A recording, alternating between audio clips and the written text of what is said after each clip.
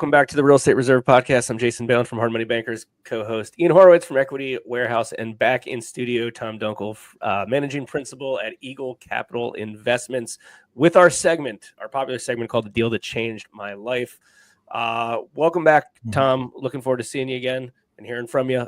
Maybe just give everybody a quick overview about yourself, and then we can dive back into a deal that changed your life.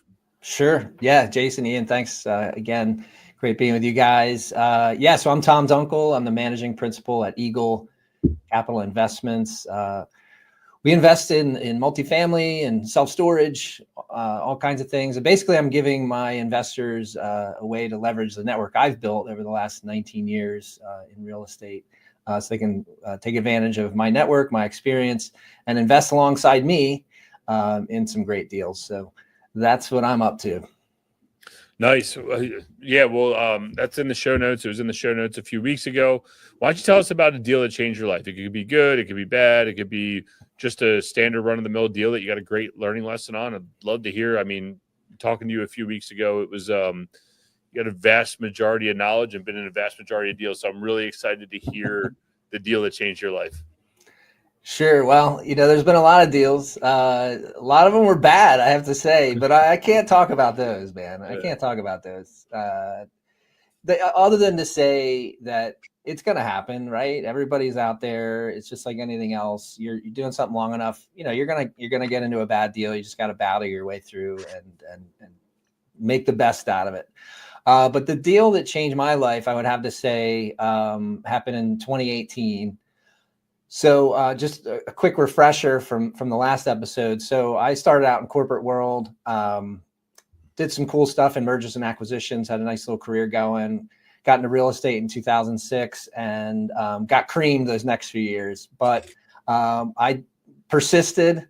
I was determined to build a business of my own. And so in 2010, I partnered up with Joe Downs and we built a distressed mortgage debt company called U.S. Mortgage Resolution. And, we were banging around with that company. We had, raised a little bit of money, had some success early on. And then, that business, for anyone who's might be familiar with it, it's a very hot and cold business.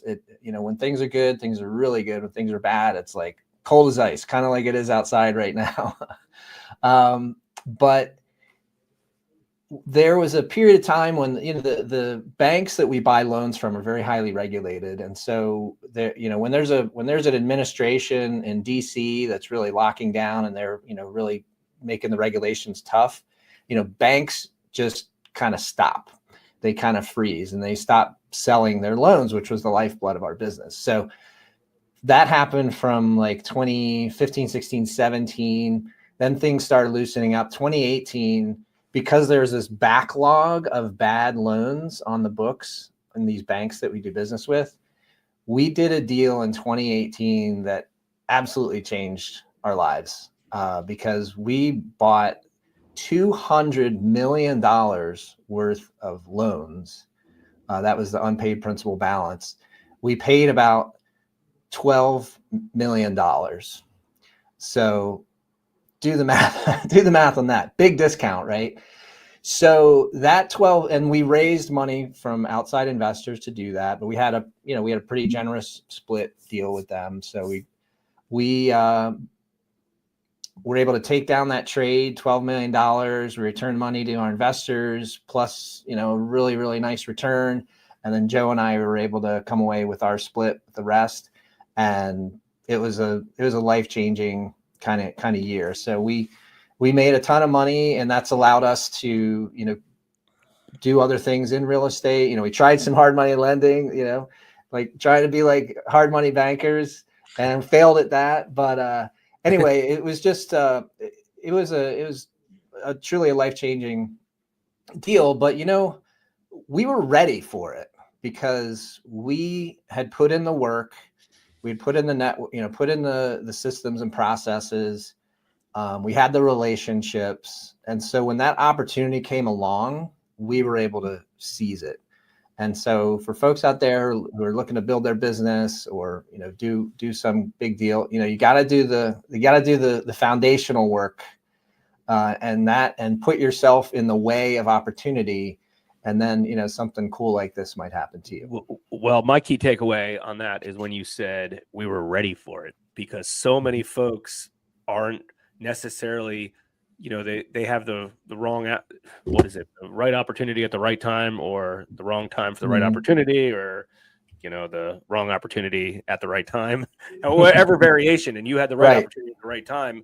And, you know, I think about that all the time. And I think that's very, very important. Like, there's too many investors out there that want to get involved in a particular deal that they're just not ready for. You know, they don't have the resources, they don't have the capital, they don't have the time, and that's okay.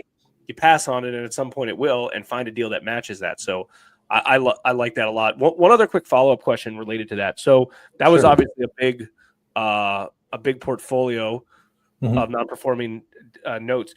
That's right. Did you guys go through those? Well, two sides. On the underwriting side on it, you know, did you underwrite each individual note individually, you know, for the most part? And then did you creatively unload each one of them kind of individually, or did you just kind of flip the whole pool to the next party? Yeah, great question, Jason. So yeah, when I said that we were ready, it's because from the time we started the business in 2010 up until that big trade in 2018, right? You know, we were 8-year overnight success story, right? So, but leading up to then, we knew we wanted to kind of get upstream, right? So we had been, you know, from that time, 2010 and 2018, we were, you know, doing the networking, trying to get up the chain. We were putting the systems in place. So we did do loan level due diligence on that pool. I forget how many assets were in there, but we built the system so that we could, because that's the best way to, you know, get the best price and really understand what it is that you're buying. I know there are people out there who just do like a blanket kind of look at the portfolio and just sort of throw a, you know, percentage on it, and that's kind of how they come up with their valuation. But we went many layers deeper, and so we still use that same system today. But the other thing we did was we built out what we call our downline. So we were going to the industry conferences, we were doing the networking, we were letting people know, like, hey, because this trade didn't come out of nowhere. Like, we knew it was coming. We had a year or more to prepare for it. But even before that, we were building our downline of buyers.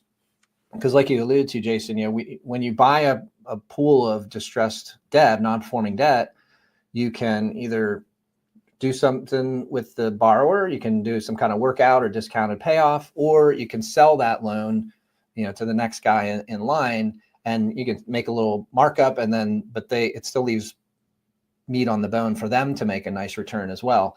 So we had built out that downline so that we were able to really unload a lot of that product along the way.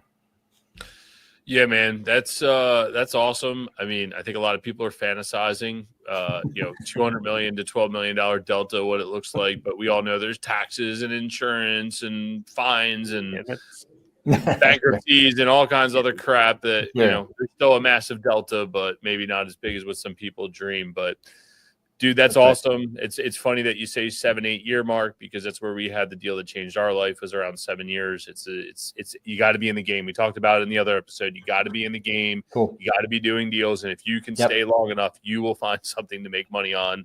That's right. If you don't, then I don't know what to tell you. But with that being said, dude, that's awesome. Where's the best place people can find you on the internet? They want to learn more about what you're doing and get on your next gigantic trade. Yeah, man. Yeah. Jason, Ian, always great being with you guys. Yeah, I'm Tom Dunkel. I'm the managing principal at Eagle Capital Investments. You can find us at eaglecapitalinvestments.com, where you can go to our website there and get a free resource, our safe investing ebook. So as an investor in these private deals that we all see, you know, you can get your questions answered, ask the right questions, get the questions answered, and make a great investment decision. Can't be in the game if you don't reach out. So we appreciate you, how transparent you've been on both our shows, and we appreciate you guys. If you got any value out of this, as you can see, Tom's just a regular dude doing deals. I don't want to take anything away from him, but he is just one of us, just doing deals, and he's in the market So if you got any value, please share it. We don't care about the likes and subscribes, and we will catch you all on the next one. Thanks for tuning in to the Real Estate Reserve Podcast. Do us a favor and like, comment, and share our broadcast. It helps the algorithm and helps us spread the word too. Till next time, thank you for tuning in.